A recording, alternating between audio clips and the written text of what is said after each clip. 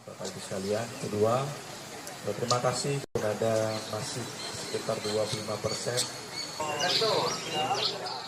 Syederalun pemerintah Aceh Barat Daya menggelar apel aset kendaraan dinas yang digunakan di seluruh satuan kerja perangkat daerah di kabupaten setempat dengan tujuan mendata kembali kendaraan yang masih layak pakai dan yang telah usang atau rusak.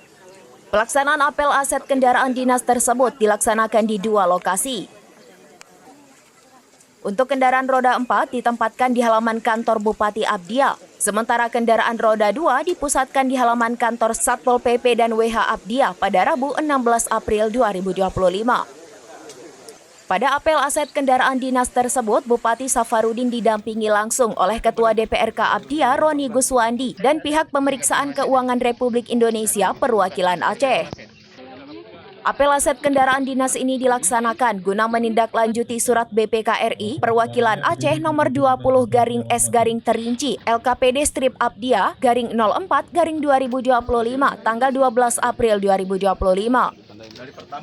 Selain itu juga termasuk dalam program 100 hari kerja Bupati dan Wakil Bupati Abdiya. Bupati Abdiya Dr. Safarudin Esos MSP mengatakan setelah pelaksanaan apel aset kendaraan dinas ini, apapun rekomendasi dari BPKRI perwakilan Aceh akan ditindaklanjuti.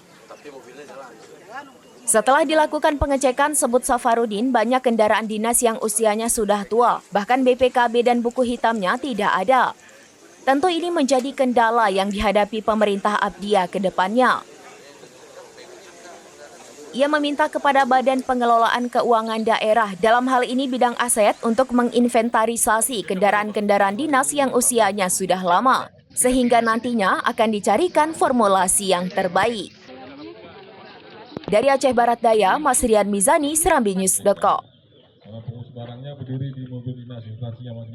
Download Tribun X sekarang, menghadirkan lokal menjadi Indonesia.